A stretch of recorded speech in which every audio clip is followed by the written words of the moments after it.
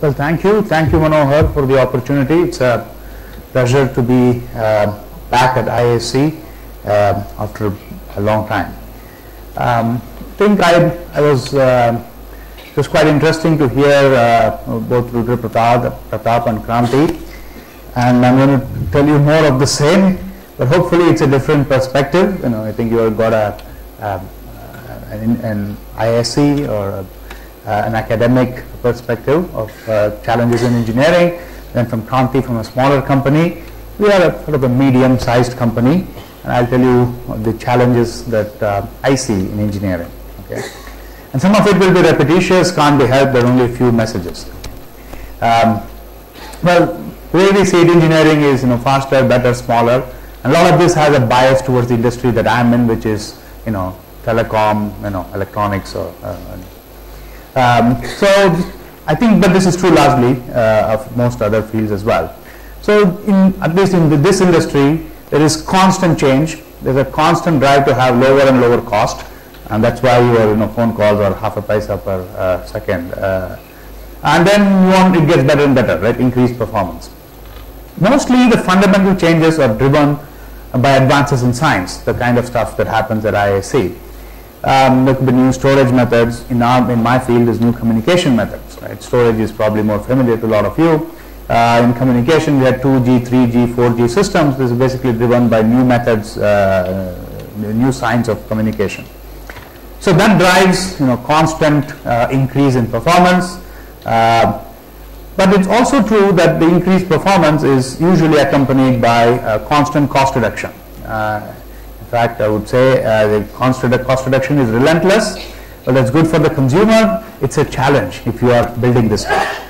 In electronics, you are expected to more or less lower your cost significantly every year and keep doing this for decades, right? If you think about it, the cost of electronic products is not driven by material cost. Your iPhone, which costs $500, and this was published recently, as the bill of material is only $150. The rest of it is engineering and profits for Apple. And even if you take the $150 of bill of material apart, a lot of the cost of that components is really the engineering of the components. So anyway, the combination of more and more performance, constant cost reduction means you need a lot of engineering. Okay, that's good news if you're engineers, because it keeps us all employed. Okay. So I just give an example in Tejas. If I just take the last 8 years, Tejas is about 11 years old. Seems that every year we make a couple of new products. So we work in some space which is optical networking. Largely it's whatever goes on a fiber. We build equipment for that. The biggest application is mobile backhaul. And this has gone through 3 generations of technology. The acronyms probably don't make sense, but roughly it's 2G, 3G, and 4G. And we have to make small boxes, which we call access, and medium or largish boxes, which we call aggregation. The only point here is we have to make newer and newer boxes every year in the same generation of technology, plus every 2-3 years we have to change over to a new generation of technology. And it's not as if you make a new product, the old products are gone. Pretty much we sell all of these platforms today because there's somebody always wanting the 2G system, the 3G system. But of course, few people want the 4G system, and they want boxes of all kinds. So in this industry, there's a lot of engineering that's constant, and then over time there's a huge portfolio that builds up, right? That's one thing that happens and there's a challenge to build, maintain all these products, and I'll talk about how we do that next. Engineering is about teamwork. I can't emphasize this more, and it's been said before, and it's something that you have to learn once you start working, because I think until then, and Manohar made a good example of how people are driven by grades and marks. That continues for 8 years from 9th grade to engineering. It almost stops when you take up a job, because I think in industry at least, it's hardly true that any individual is able to make a difference. As usually all the recognition is for a group that built the product, and that's true. One engineer cannot make much of a difference when you're building products on this scale. And I'm one of those parents who has a high school child. And then when you talk about scientists, all the examples of scientists in antiquity are all Greeks, right? You know, Archimedes, Aristotle, Pythagoras. There's not a single Roman. So when I was asked, I thought about it and said, well, all the Romans were engineers. You know, they built aqueducts, dams, bridges, fighting machines. You know, they ruled what they considered pretty much the whole of the world, but they were all engineers. They worked in teams. We don't remember any of them, but their aqueducts are still standing. Okay. In science, of course, an individual can make a huge difference.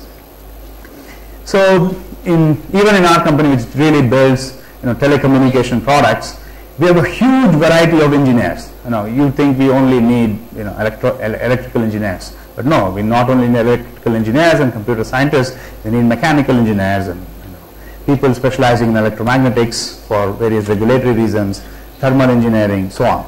Pretty much all branches, many branches of engineering. So roughly speaking, in my company at Tejas, we need a whole range of engineering skills because we have to design the whole system. That's usually chassis, enclosure. It has to work. Some of our systems need to work from minus 40 degrees to plus 70 degrees. They have to work in humidity, saline environments and whatnot. So engineering, just the chassis for that, thermal engineering. This has to be designed to manufacture. So there's a whole lot of different kinds of engineering that goes into that. And then you get more into software, which is not of one kind. The software runs on the box, the embedded software, the network management software, and all of these are large teams. And then you start touching the hardware, right? And then that's you have people who build just the high-speed, PCB assemblies, realize the hardware, and I'll tell you how much high-speed in a few minutes. And then you have to go and build all of the chips that go on this. It takes a long time to design and get a semiconductor manufacturer, right? Just to build an ASIC.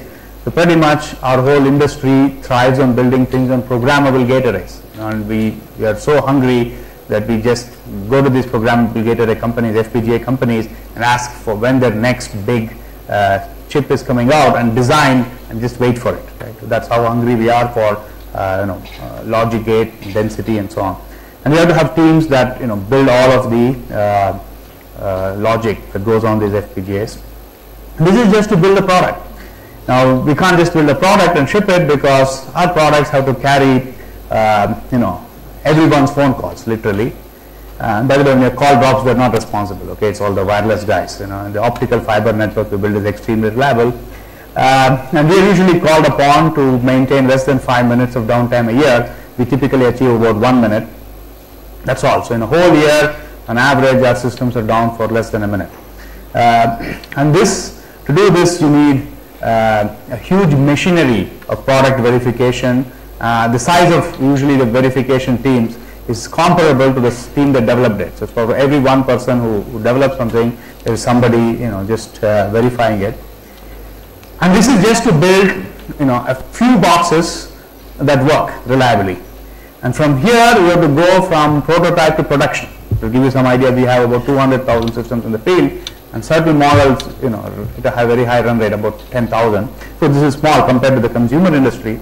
But even here, there's a lot of engineering, and there's a whole group which takes products from prototypes to final production. Because you can get a few boxes working, but it's another whole set of engineering to get thousands of boxes being manufactured reliably and working reliably. So, well, this is a little bit more of the same in the Tejas context. So we have essentially at the lowest level all the building blocks which are typically realized in FPGAs, sometimes in network processors, especially all the packet engines, and then we have platform software, control plane software, management software. On top, we have about 20,000 test cases which are automated and run on every product that we make. Okay, and all this is also driven by the need to be faster to market. So in this industry, it's the fastest one wins, right? So if you have a new generation of technology, typically you will get the highest market share if you are there early. So we are constantly looking not only to build new products, build them reliably, have new features, but also be the first to market. So that's also another big challenge when you're in industry. You have to be a few months ahead of your competition. Nobody can take a lead which is more than say 6 to 9 months, but that lead is crucial. So if you can cut product development time, that puts you ahead of your competitors. What have all the Tejas engineers produced in the last 10 years? We produced like 30 carrier grade systems. Carrier is your telco, right? And these things, you call them carrier grade because they work essentially for like a decade. You just install it, then it will keep working. There are a few hundred or 300 high-speed line cards that we've developed. I'll show you a couple of examples. 250 FPGAs which are designed. It's like designing 250 chips, millions of lines of software, and all of these go into products that essentially have only a 1 minute or so of downtime every year. Okay? And the hardware stays there for a very long time. On average, in this industry, you have less than about 0.5% of the stuff coming back every year. So that's really very reliable. And here are some examples of what we built. So this is one blade which we started shipping recently. It has about 320 gigabits of switching on one blade. This is we ship this into the core of the network in a metro. So this is more than enough to carry all your cellular traffic that will come up in the next 5 years. Okay, typically today it's enough to carry all of India's cellular traffic. And it uses the highest speed backplane communication, which is today at 6 gigabits. Okay, and all of this, all the black things you see there are all FPGAs with heat sinks. That's pretty much all the board contains. This is a little bit of an expensive way to build because you can probably get cost reduction by building things into an ASIC, but that will take a couple of years. Usually you're building very new technology, and the fastest way to market is to build them on FPGAs. This is an even more recent card which we will start shipping in a month or two. This is built on 40 nanometer chips, where the next designs we do are on 28 nanometer FPGAs. And this is essentially all the packet switching you need. Again, for 4G systems in a metro can be carried in like a handful of these cards in one chassis. Okay, this is about engineering. I want to also tell you a little bit about what it takes to build a company, an engineering company like we've done at Tejas. Previous speakers have alluded to this. It takes a lot of money. In our case, it took about $75 million of venture capital. And it's not that you start producing on day one. The investors had to wait for the first 2 years, they had no revenue. So they just kept pouring money in. And then we had little bits of revenue. It took us 5 years to turn a single quarter of profit. So imagine somebody puts in $75 million, they don't say any money, and it's 5 years. Any returns, the company is not making any money, and it's 5 years. It took 7 years to make a full year of profit. Okay, and we are now just started our 12th year. But I'm happy that things are going well, and we work in a limited space, which is optical fiber networking. Roughly that's about 10% of the telecom equipment spent. Right? Most of it goes into the wireless equipment. Then there is microwave backhaul. That's what you see on the towers. That's most visible. And then behind, about 10 to 20% of the towers are connected by fiber, and we make equipment that goes there. It's about 10% of the spend. And just to address that market in India, out of India, it took us so much of effort. So I hope I've conveyed some of the challenges of engineering in an industrial setting. That's all I had for you. Thank you.